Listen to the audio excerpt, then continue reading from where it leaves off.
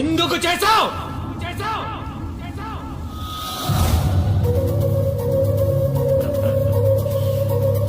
తప్పలేదు బ్రో, డబ్బు కోసం.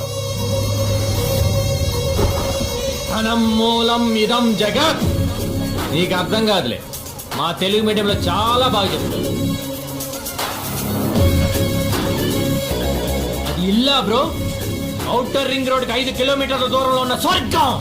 పిలిస్తే పనుల్లో, అరిస్తే సెక్రటరీలు, ఆవలిస్తే డాక్టర్లు. అరే కూర్చుంటే స్నానం అయిపోతుంది, పడుకుంటే పగలైపోతుంది, చుక్క పడుతుంటే రోజు అయిపోతుంది. ఒక్కడు బతకడం కోసం 100 మంది చేస్తున్నారు బ్రో ఆ ఇంట్లో. ఆ ఐశ్వర్యం 30 రోజులు అనిపించేది కాదు బ్రో, 100 ఏళ్ళు అనిపించాల్సిందే.